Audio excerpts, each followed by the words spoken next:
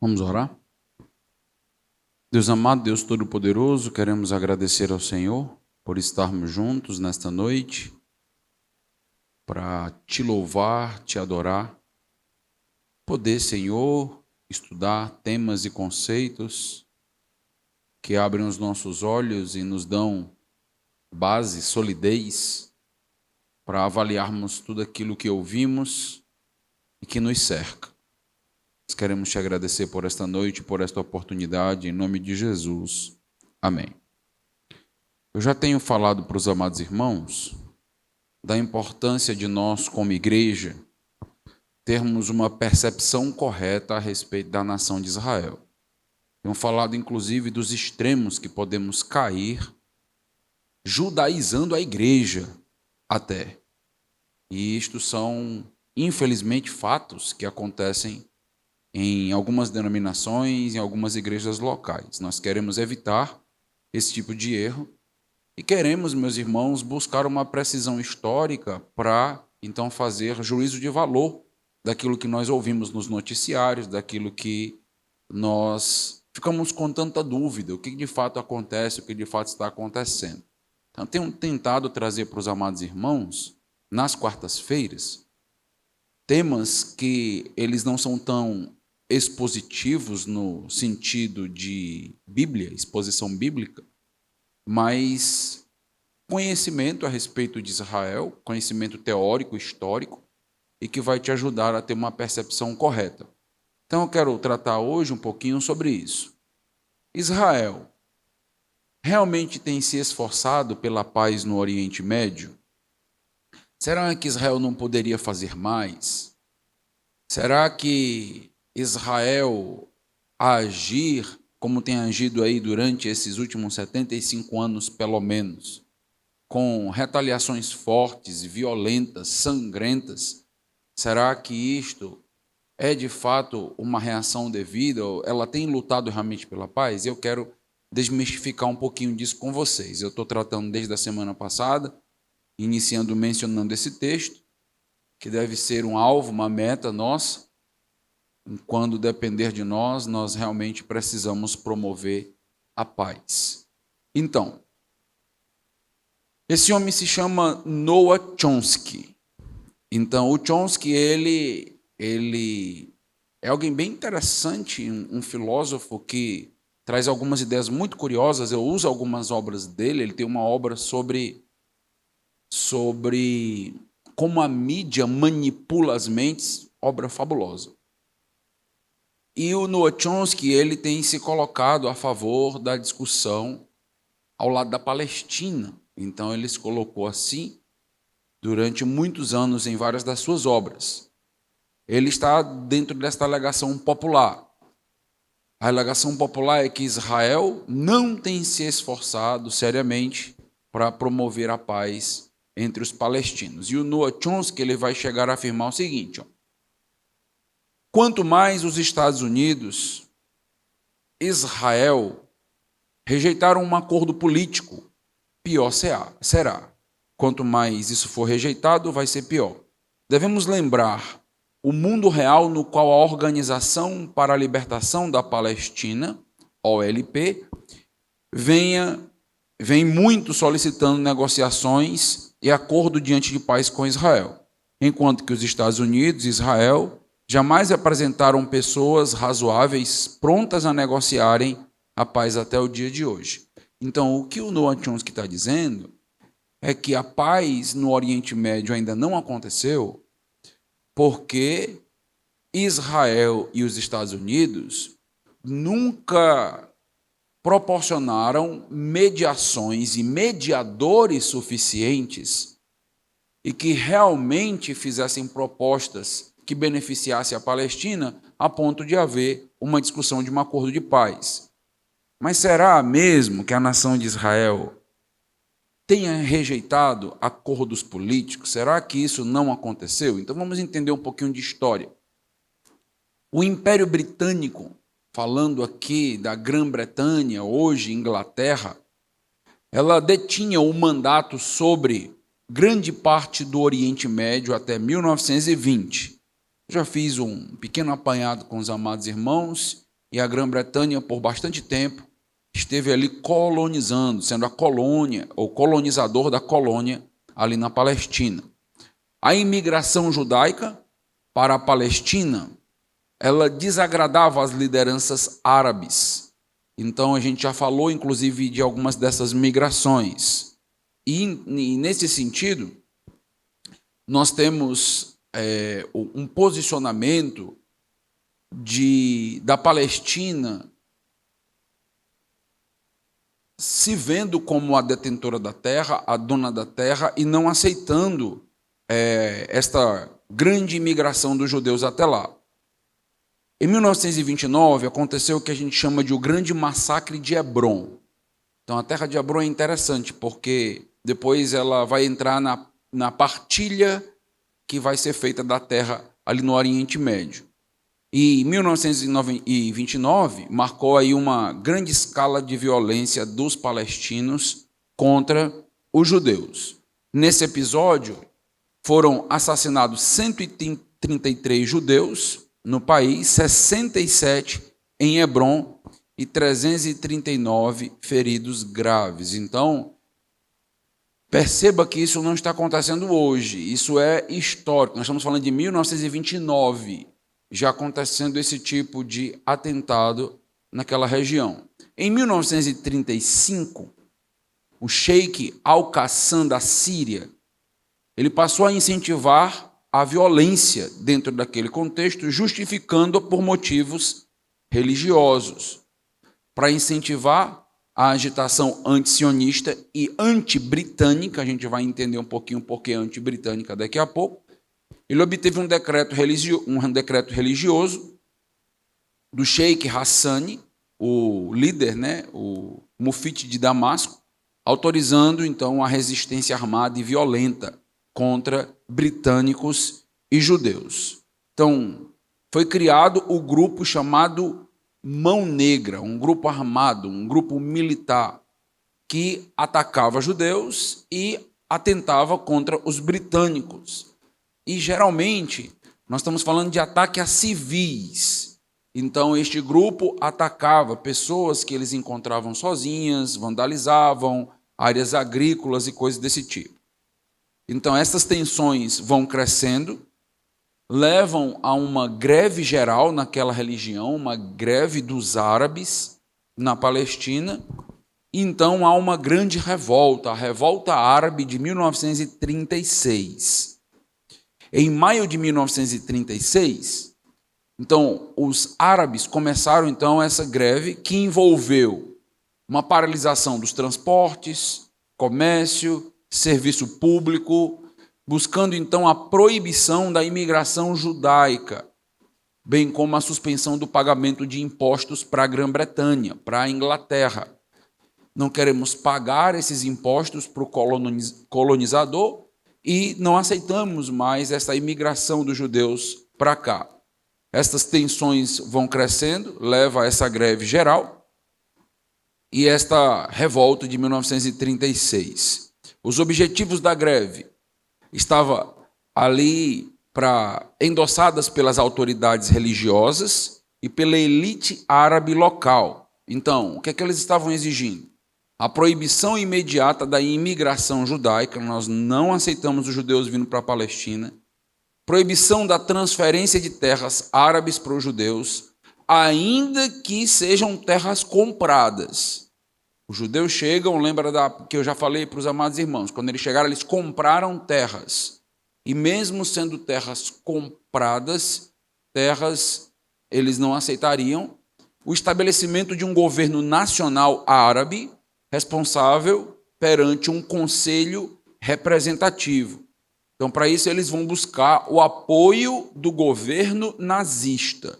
Importante você entender isso aqui, a relevância disso para você entender como é complexo o conflito entre árabes e judeus. Nota que quem está entrando em jogo aqui são os nazistas. Os palestinos vão se aliar aos nazistas. Nós estamos no período da guerra, onde você vai ter os alemães contra a Grã-Bretanha, contra a Inglaterra. Inicialmente, os árabes não aceitaram depor frente aos membros de uma comissão que se estabelece, vou já mencionar ela. No entanto, nós temos um homem, Nahash Ribi, opositor do Emin Hussein, e representou o ponto de vista árabe diante da Grã-Bretanha, diante deste concílio que foi chamado. Então, Eisman, que estava representando o judaísmo naquele contexto, representando a organização sionista, ele vai cooperar com esse primeiro momento aqui. Então, em 25 de 11 de 1936, o Eisman disse à Comissão Peel uma de suas famosas frases: na Europa vivem milhões de judeus, para os quais o mundo se divide em duas partes. Uma onde não os querem e outra onde não podem entrar. Então, esta era a situação dos judeus. Então, num certo momento, o Amin el-Hussein decidiu dar seu testemunho diante da comissão e exigiu que os britânicos aprovassem as 3 condições que nós mencionamos para os irmãos. Então, para entender e solucionar aí essa questão, o parlamento inglês ele cria esta comissão para que pudesse propor uma solução. Nós estamos falando aí de 1936. Então, liderada por um homem chamado Lord William Robert Peel, fica conhecido sob o nome, então, de Comissão Peel, em 1936.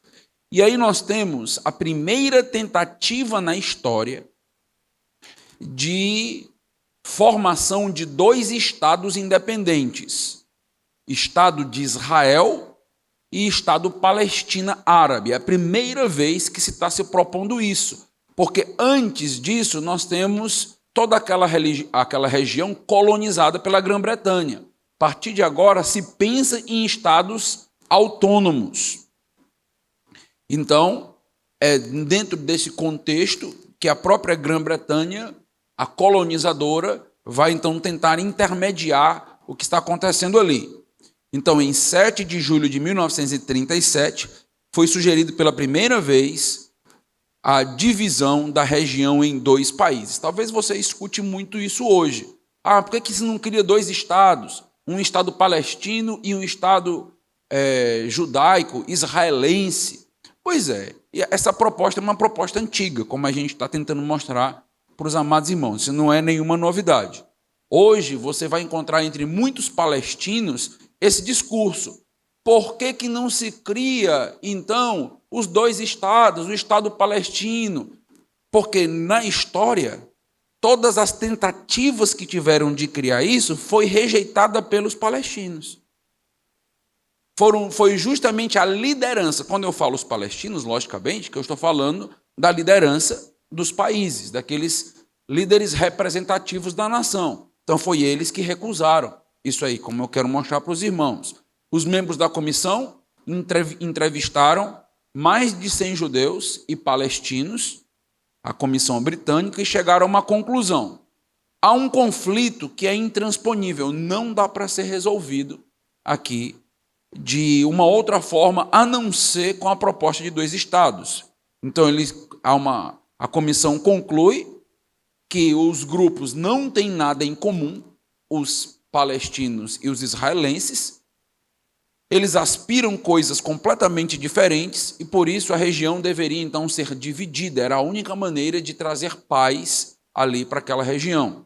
Em 1937, então, essa comissão inglesa é montada e tem essa tentativa aí. A Comissão Peel recomendou um plano. As palavras que nós temos no relatório Peel, de 1937, são aqui uma partezinha do relatório. Notadamente, o problema não pode ser solucionado simplesmente concedendo aos árabes ou judeu o que eles querem. Qual dos 2 povos governará a Palestina? A resposta deve ser nenhum, nem outro.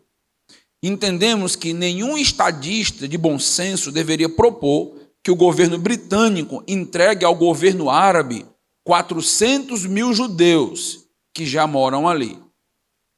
Ou ainda, se os judeus se tornassem maioria, que fosse entregue a eles mais de 1 milhão de árabes. Muitos a que instintivamente não desejam dividir a Terra Santa.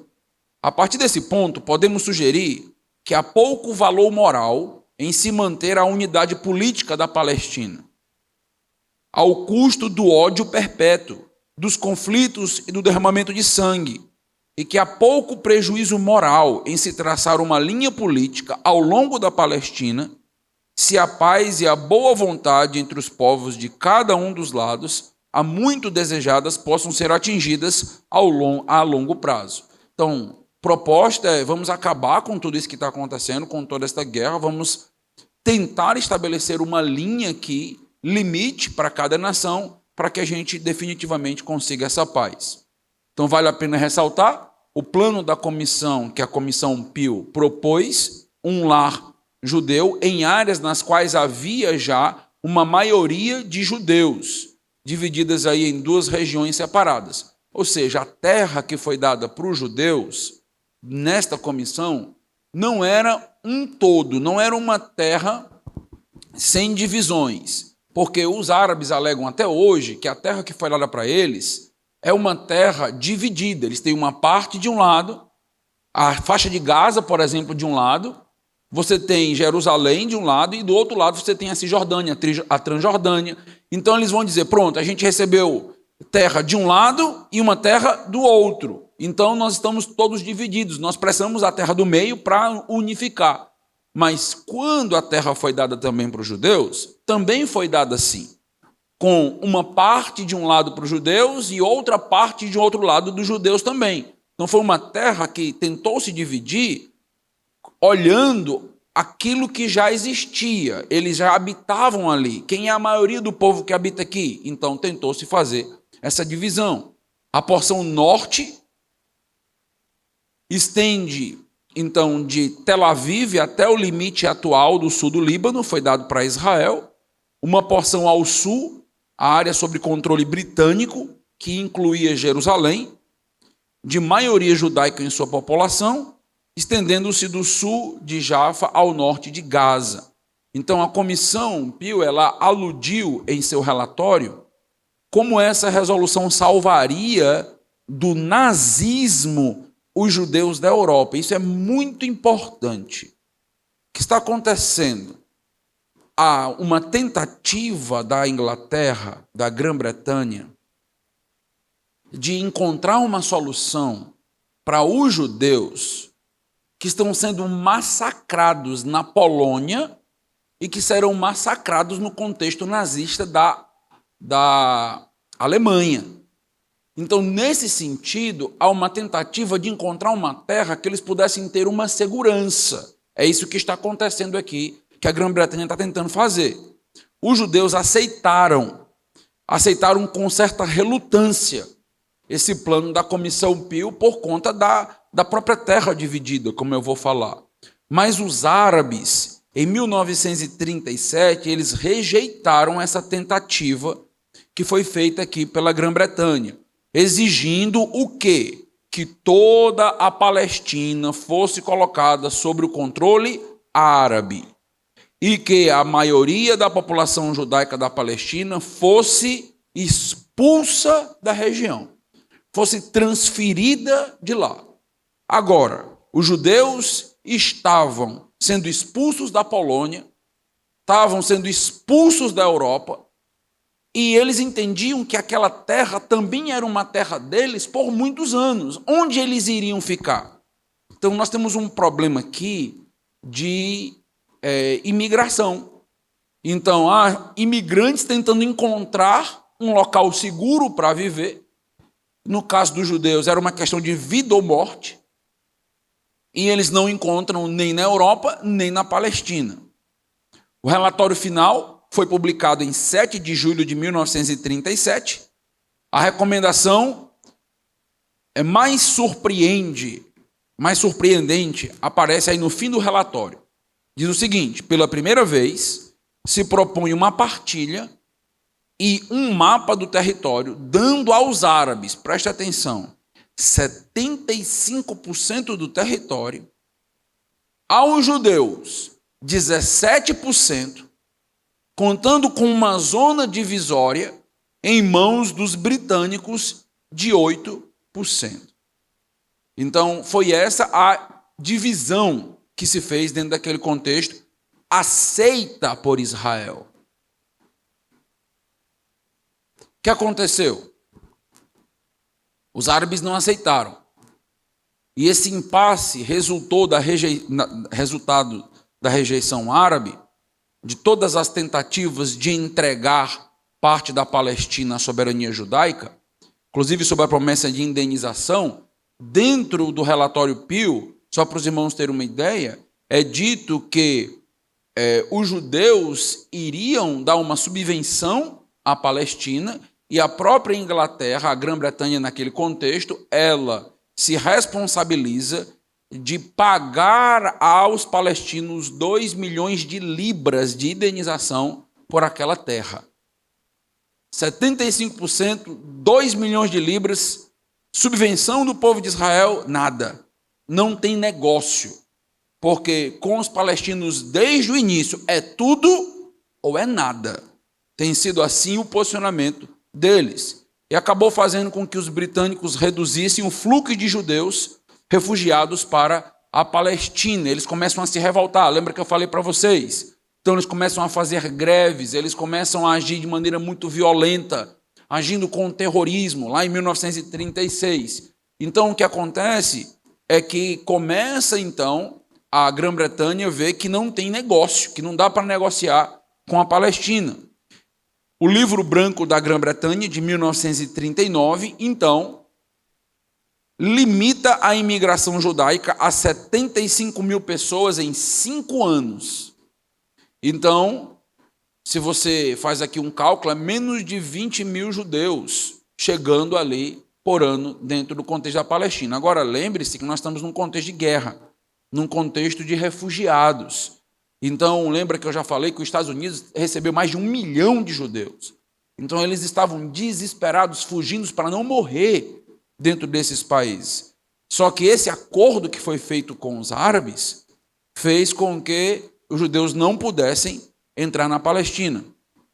Aproximadamente 6 milhões de judeus foram assassinados na Europa devido ao Holocausto. Nós estamos falando de 6 milhões.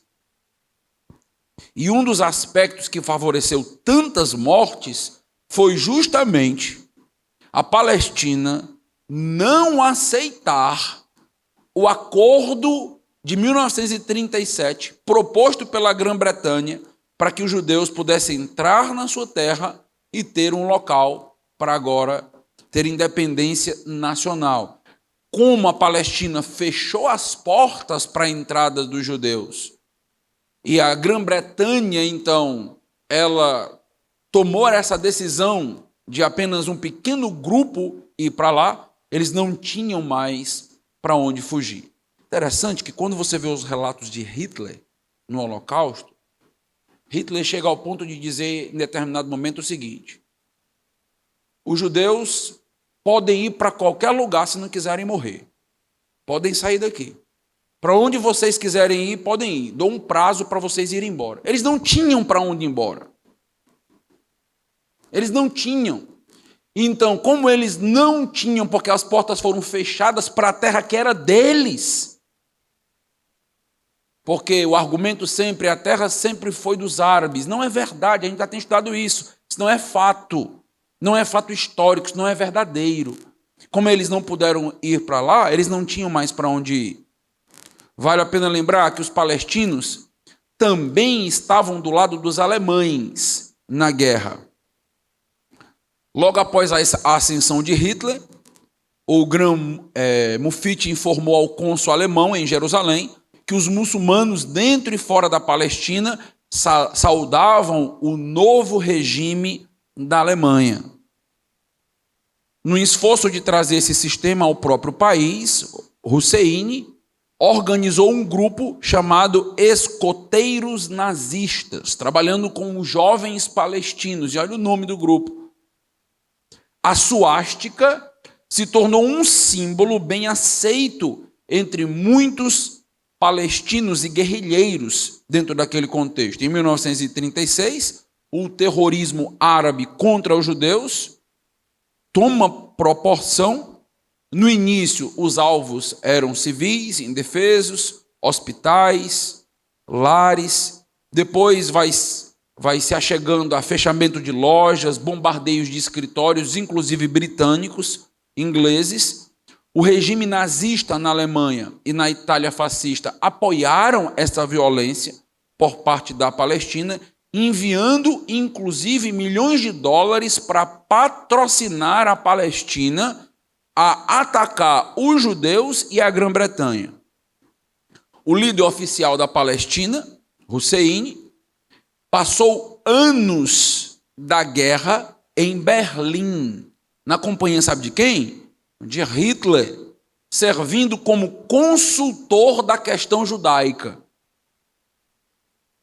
Ao ser levado a Auschwitz, falando lá dos centros do Holocausto, ele expressou o consentimento pelo assassinato em massa de judeus europeus. A liderança palestina, então, passa a desejar a resolução do problema com os judeus na Palestina, empregando o mesmo método que estava sendo usado na Europa. Então, o que é que os palestinos entendem? Eles entendem, os judeus precisam realmente ser dizimados, porque voltar para a Palestina a gente não quer. Então tem que ter um método para resolver o problema. Eles não querem, os europeus não querem aceitá-los. E aí eles vão lançar eles na Palestina, então existe um outro método. Sabe qual foi o método que eles apoiaram? Holocausto. Não é por acaso que a guarda da Alemanha, SS, sob a liderança de Himmler, ofereceu logística para a perseguição antissemita na Palestina. Ou seja, as perseguições aos judeus que estavam acontecendo em território palestino estavam acontecendo debaixo de logística alemã. Agora, lembre-se que a Alemanha estava preocupada com a Inglaterra também. Então, como ali se tratava de uma colônia inglesa, eles estavam apoiando os palestinos a atacar os judeus com recursos militares, visando então também a Inglaterra. Adolfo Eichmann, depois você pode fazer uma pesquisa sobre esse homem no Google rapidamente e você vai saber. Nós estamos falando de um dos homens mais cruéis da Gestapo.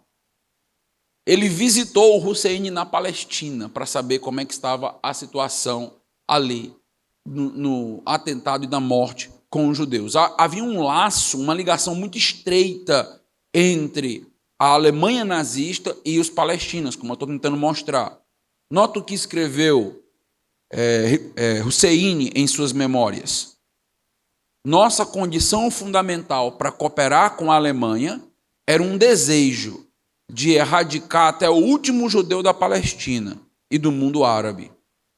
Pedi a Hitler uma medida explícita que nos permitisse resolver o problema judaico de maneira a satisfazer nossas aspirações nacionais e radicais, e segundo os métodos científicos inovados pela Alemanha no trato com os judeus. A resposta de Hitler foi: os judeus são teus. Sabe por que os judeus não foram dizimados? Porque a Alemanha perdeu a guerra. Só isso.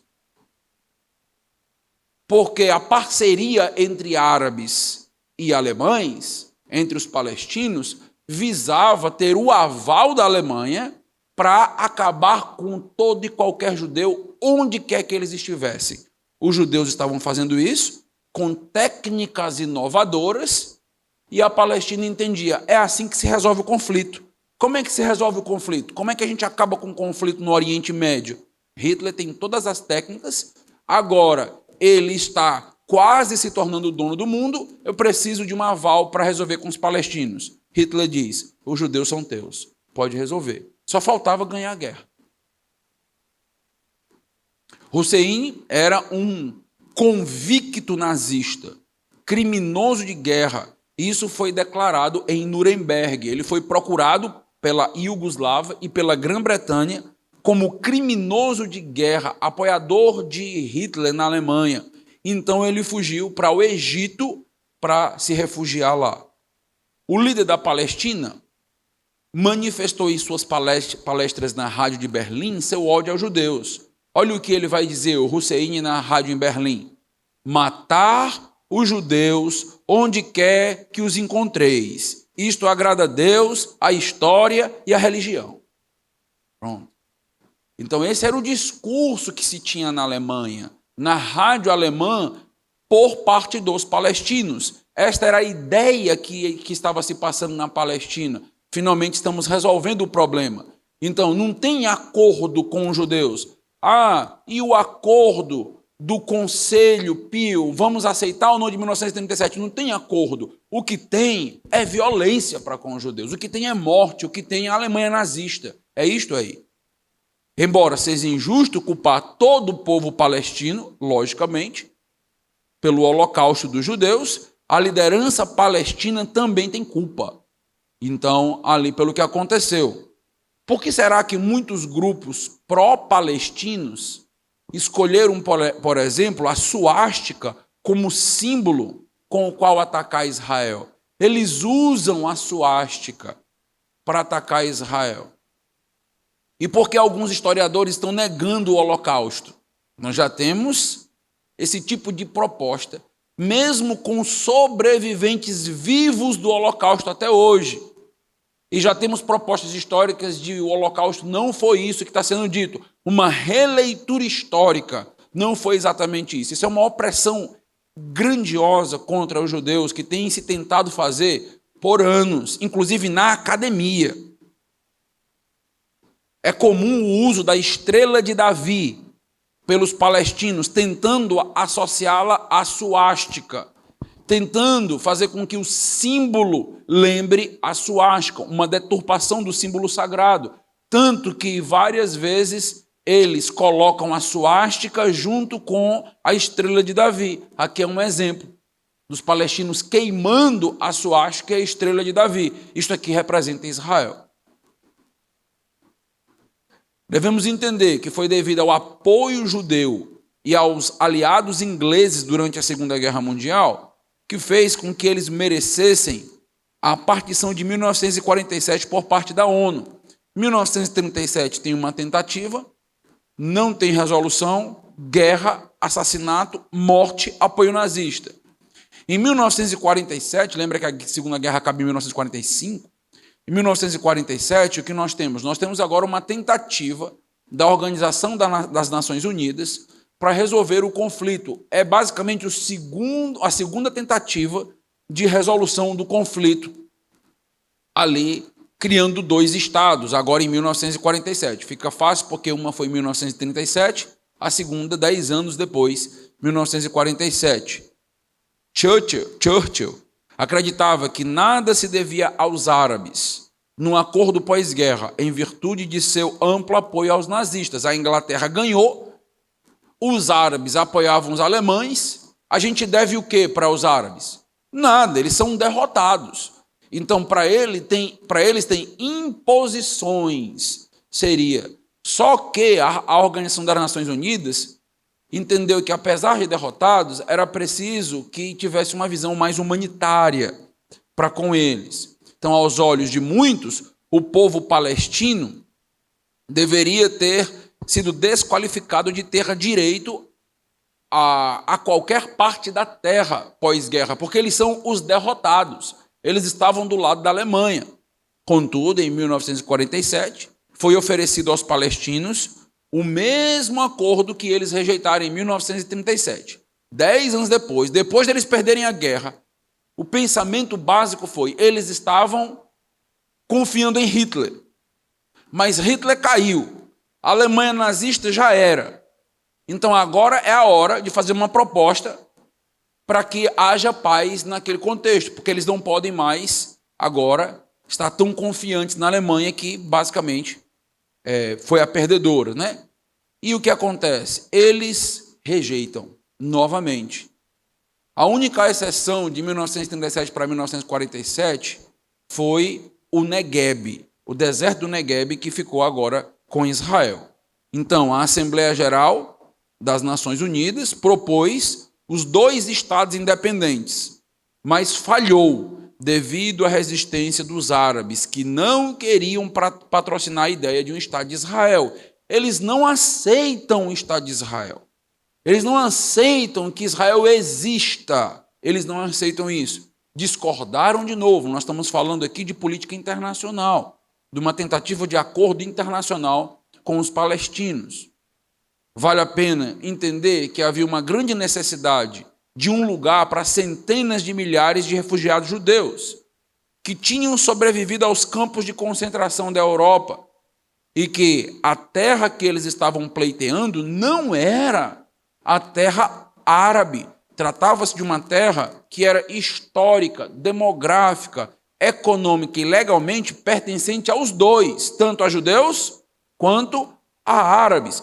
Não é que eles estão tomando a terra dos árabes, é que aquela terra nunca foi só dos árabes, como a gente já tem estudado.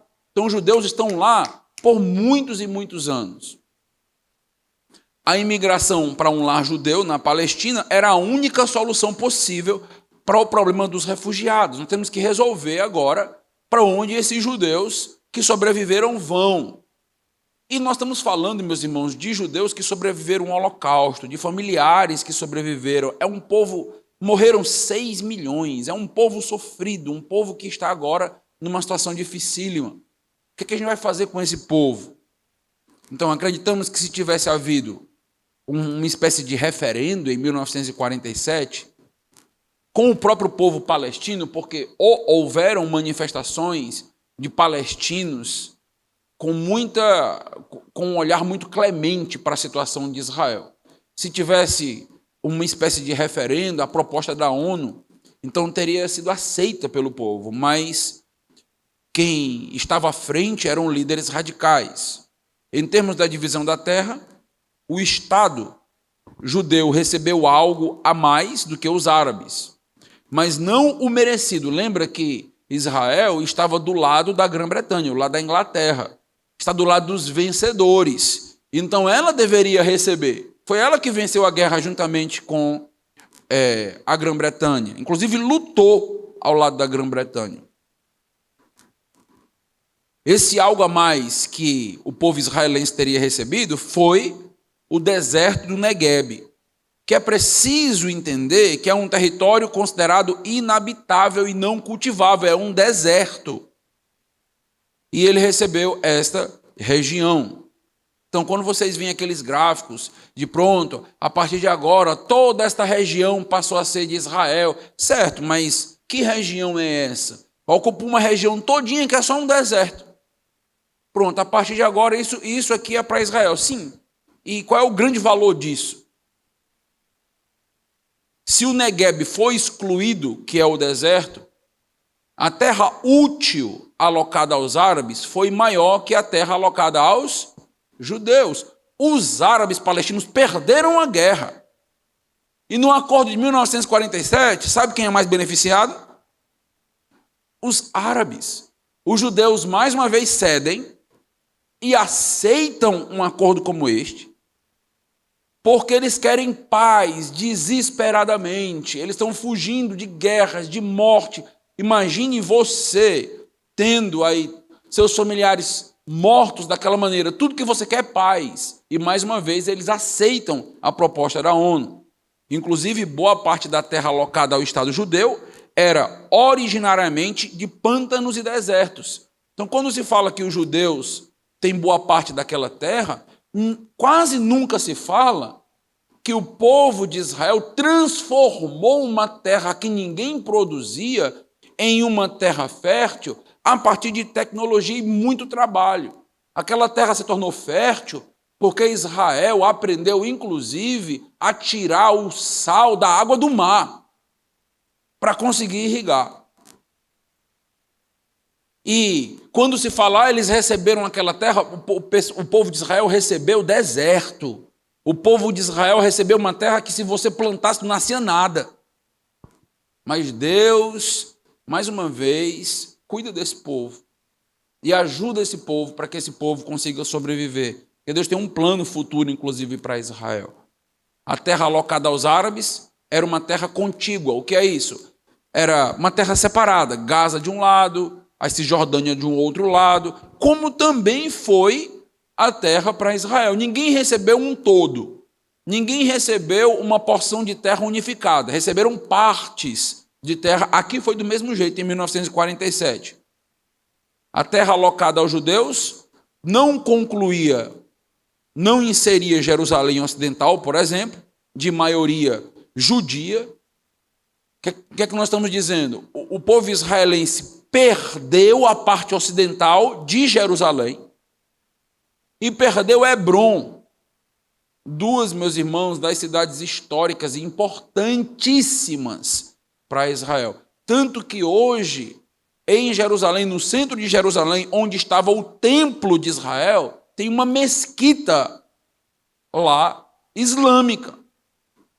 E o povo de Israel conseguiu conviver bem com isso, mesmo nessa situação, mesmo sendo oferecido isso. Como a terra destinada aos judeus era dividida em áreas não contíguas também, e separadas por terras árabes, seria muito difícil aos judeus se defenderem em face dos iminentes ataques árabes. Os árabes não pararam de atacar em nenhum momento. E como a terra dos judeus era uma terra dividida, uma parte aqui, árabe de um lado, outra parte ali, como eles não conseguiam se unir, isso era muito ruim para os judeus. Essa proposta que foi feita pela ONU não era a melhor proposta, pelo contrário, colocava Israel em risco de existência, porque estava rodeada, então, de palestinos. Além de Jerusalém, Safed também foi isolada. Até a cidade de Tel Aviv poderia ser facilmente isolada pelas forças inimigas. Israel ficou frágil diante da Palestina com essa proposta de 1947. Ainda assim, Israel aceitou a partição feita pela ONU e declarou seu Estado soberano em 1948. Os árabes rejeitaram a partição e atacaram de novo o Estado de Israel. Proposta feita em 1947, eles rejeitaram. Em 1948, guerra para que houvesse independência da nação de Israel, porque os palestinos não aceitaram pela paz. Eles não aceitaram um acordo da ONU. Então é importante pensar nisso. Tivessem os árabes aceito a partição feita pela ONU, que eles se beneficiavam, haveria um grande e um Estado palestino lado a lado com o Estado judeu.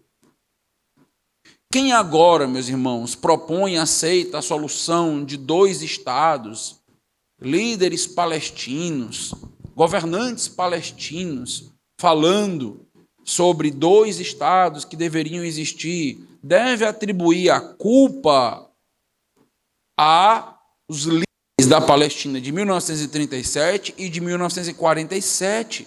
Foram os líderes da Palestina e dos árabes que rejeitaram o Estado palestino por ódio dos judeus, por entender que os judeus não devem existir, por entender que Hitler estava certo ao matar os judeus, por entender que aquela deveria ser a estratégia, por divulgar publicamente, mediante rádios e discursos, que onde se encontrasse um judeu, eles deveriam ser assassinados. Esse era o discurso.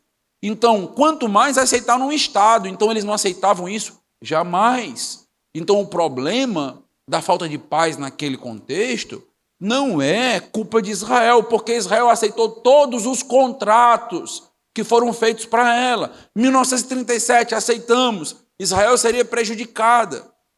1947, aceitou também, mesmo ficando fragilizado, mas ela entendia que era preciso ter paz. Em 1948, acontece, então, a independência diante de guerra. Em 1967, depois eu menciono isso, a Guerra dos 6 Dias, mais uma guerra onde houve agora ampliação da terra de Israel, porque lá não para. Então, não foram estabelecidos limites. E, nesse sentido, não tem como haver paz. Foram só essas duas tentativas? Não, houveram outras tentativas. Eu vou mencionar isso mais na frente para vocês. No 1980 houve uma tentativa, mas a tentativa principal acontece no ano de 2001, mediada pelos Estados Unidos. E você vai entender o que foi que Israel abriu mão para ter paz no Oriente Médio. Israel abriu mão de quase tudo que tem para ter paz em Israel.